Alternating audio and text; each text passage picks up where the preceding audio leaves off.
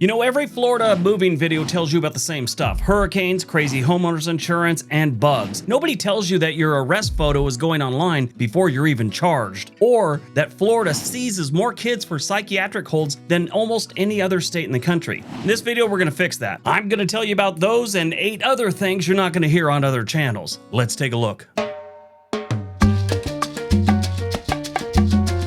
Number 10, public mugshots. Did you know in Florida, your arrest photo can go on the internet the day you're booked, even if you're never charged or even if your case is later dropped? Florida's public records, called the Sunshine Law, is so broad that mugshots count as public property the moment you're booked. Yes, and commercial sites have started putting them online. It's a business. Now, back a few years ago, they would actually charge a fee to get it removed, so you'd have to call them or, get online and then they'd remove it for you. It was a real mugshot industry that grew up around this. They're still there. They just passed some laws that said they can't charge you to get it taken down. Matter of fact, if you put in a removal request, they have 10 days after they get the demand or face $1,000 a day. It's up every day after that 10 days. The judge called the practice of charging you to take it down exploitive and extortion. Now, the unsettling part for newcomers that this Sunshine Law makes an enormous amount of your life a public record in Florida. Police reports, government salaries, most emails to public officials, far more than any other state. Now, I know a bunch of angry boomers right now are going to say things like, well, if you don't want your mugshot to go up, don't do illegal stuff. Well, that's not always the case. People are falsely accused and charges are dropped all the frickin' time.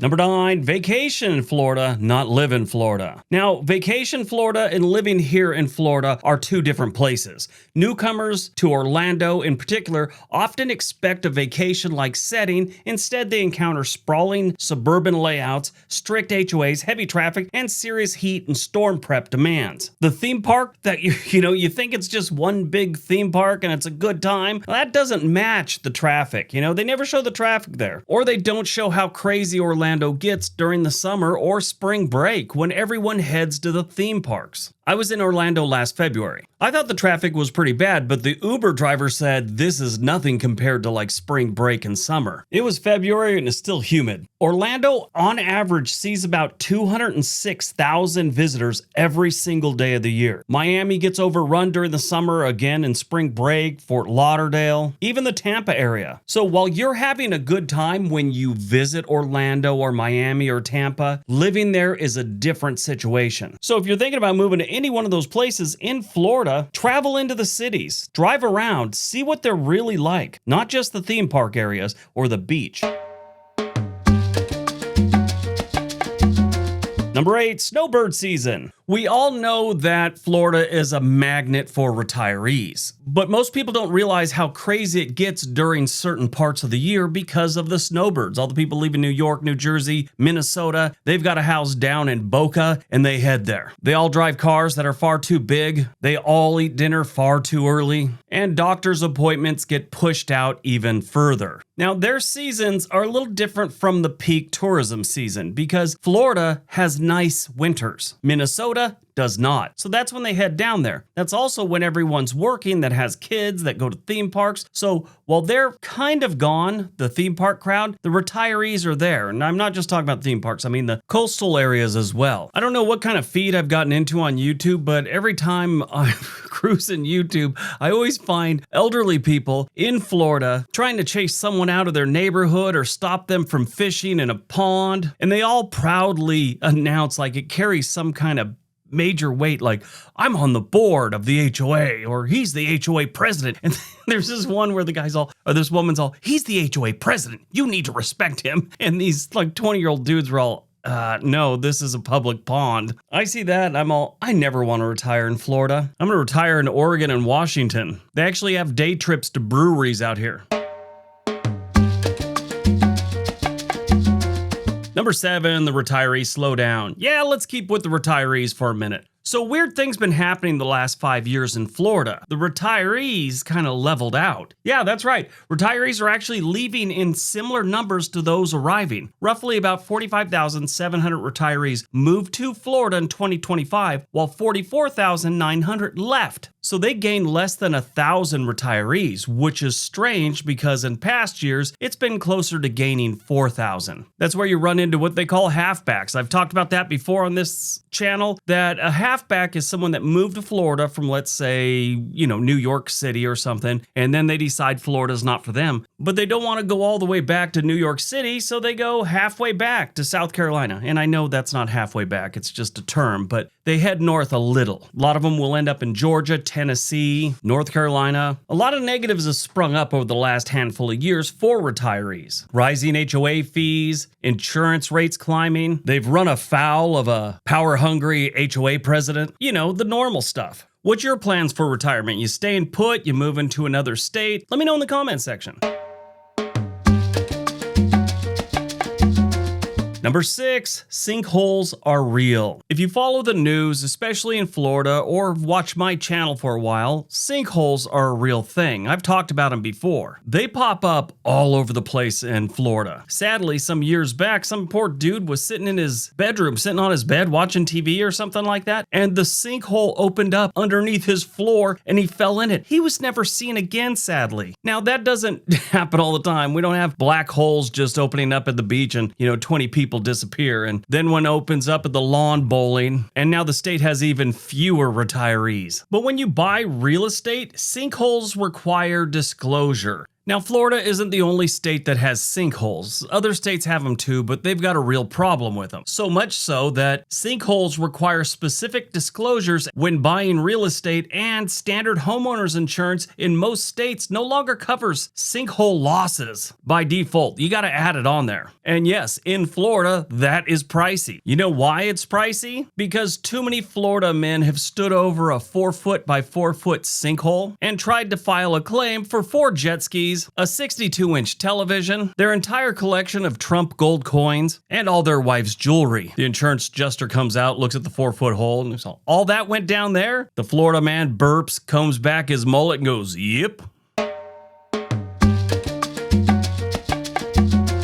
Number 5, red tide. Now, this might seem minor, especially if you're living inland. You're not going to smell it, but red tide is pretty nasty. I grew up in a beach community in Southern California, and we get it occasionally. And besides the smell, it involves respiratory irritation and closed beaches for days or weeks, something rarely mentioned in relocation marketing brochures. Now, one of the reasons it smells so bad is the dead fish. A red tide kills a ton of fish, and they all wash up onto the shore, and they begin to decompose and stink until the city cleans it up. That's why I say sometimes it's closed down for days, sometimes it's closed down for weeks, depending on how bad it gets. And you can't escape the smell. It honestly smells like an office building when someone decided to cook fish in the microwave. You ever had that happen in an office? Oh man, they just want to hunt that person down. A lot of offices have rules about no microwaving fish in the office break room. Yeah, if you've ever smelt that, that's pretty much what it smells like in Florida during a good algae bloom or red tide.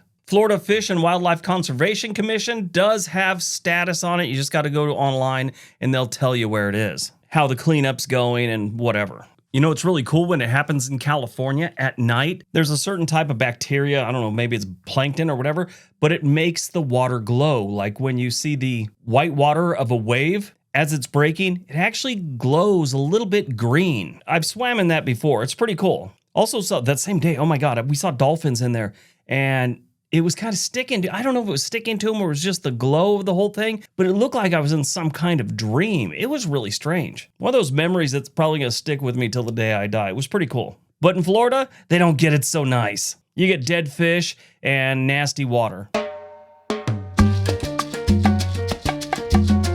Number 4, the condo milestone inspection. Now, condo buyers have to really pay attention to this one. Ask about the milestone inspection and reserve funding before you sign anything. This is a fairly new thing because of a tragedy. The Champlain Towers South, a 12-story beachfront condominium in the Miami suburb of Surfside, Florida, collapsed or partial collapse. It killed 98 people, sadly. Happened like at 1 or 2 in the morning, and it just collapsed. Well, post-Surfside laws now require a structural inspection and fully funded reserves for buildings 3 stories or higher. and at least 25 to 30 years old. Now, because of this tragedy, some things have changed. You got the milestone inspection, you got mandatory reserves, and of course, it's harder to get insurance for your condo these days. I mean, insurance is up everywhere in Florida. This just another nail in the insurance coffin. Now, they have a special assessment thing, and that can be anywhere from $10,000 to over $100,000 per unit. So if you buy some $1 million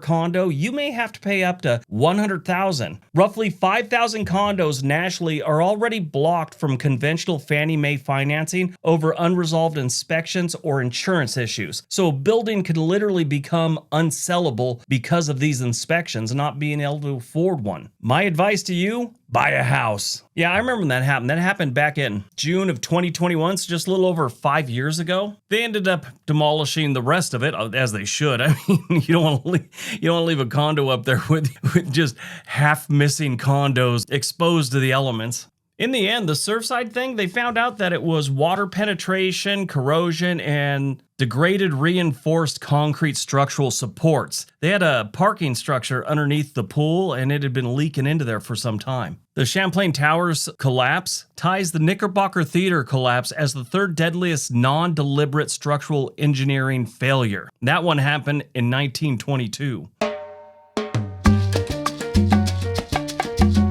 Number 3, Florida time. Yeah, this is a real thing, and it can be jarring. Life runs significantly slower and more laid back than most newcomers expect. Businesses close a little earlier, and things move at a more relaxed timeline. People coming from fast-paced metros like Chicago, New York City, or even Washington, D.C., often read this as rudeness or incompetence at first. Then they realize that their problems and need for things immediately don't really matter to most Floridians. It's almost like Jamaican time or Southern California. They're just more laid back. When you have a beach culture, people are just more laid back. That's all there is to it. And if you go down to the Keys, it's even worse. I mean, it's bad up in the main part of Florida, but when you get into the Florida Keys, those people move at a snail's pace and they don't mind at all. At first, this is going to be a little bit of a struggle because you're not used to it. You just retired from New York City, Chicago, or someplace that's a lot more fast-paced, and you get there, and yeah, it might drive you a little crazy at first, but trust me,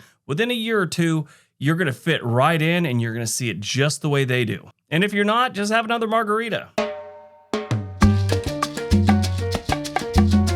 Number 2, Florida seizes people. That's right, they snatch people off the streets, well, out of their homes too. But Florida seizes people, including small children, for forced psychiatric holds at one of the highest rates in the country, and it happens routinely inside schools. What they have is this thing called the Baker Act, and this lets police and judges and certain clinicians order someone be taken for involuntarily psychiatric evaluation for up to 72 hours. In 2024 alone, Florida subjected over 161,000 people to involuntary psychiatric examinations. Over the past decade, roughly 335,000 holds have involved children, some as young as 5 years old. It's become common enough that getting Baker Acted is an everyday slang in Florida. Numbers have been dropping after the 2021 and 2024 reforms requiring parental notice and giving police more discretion. But it's still something that parents and school-age kids in particular should understand that it exists as a real low threshold possibility and not as a rare extreme measure that just might happen if you bring a Wolverine on a leash to class, you know? We had one of those when I was in high school back in the 80s in Torrance, California. It was called Del Amo Hospital. And so many of my friends had their time in Del Amo Hospital. You'd be at school, you're, where you been? You on vacation? No, Del Amo Hospital. My mom found that I had a bong in my room. So many people went to that thing. Some of them I was shocked. Like people you never expect something like that to happen to, but their parents would call these people and they'd come pick them up by force and take them to this hospital. It never happened to me. I'm just going off what people told me. But yeah, that's not a good thing. I don't think that's cool. That Baker Act thing, that sounds crazy. All right, before we get to number 1, has any of this scared you off of moving to Florida? Any one thing stand out? Let me know in the comment section. All right, on to number 1. And And number 1, it's easy to get the chair. That's right, Florida is a little trigger happy when it comes to executing folks. It only takes 8 out of 12 jurors to sentence someone to death. In 2023, Florida lowered the threshold for a jury to recommend a death sentence from unanimous, like 12-0, to just 8 out of 12, giving the state the lowest bar in the country. Now, why did they change it? Well, a lot of people were pretty mad that the Parkland shooter received a life sentence instead of the death penalty. Only Alabama has anything similar, and it still requires 10 out of 12 to get a death sentence. Not that anyone plans on going out and committing something that would get you in this situation, but some people have strong feelings about the death penalty, and this might be a complete turnoff to you. You don't want to have anything to do with a state that does this. I mean, the whole Parkland shooting thing, that was horrible, and it was tragic, and it was really a dark time in this country. I think the guy should have got the chair, or whatever they use nowadays. But lowering it from 12 jurors have to unanimously agree to just 8? I don't like the odds of that. I think that starts things in a bad direction. All right, that's today's video. Was there anything that stuck out that would stop you from moving to Florida? Let me know in the comment section.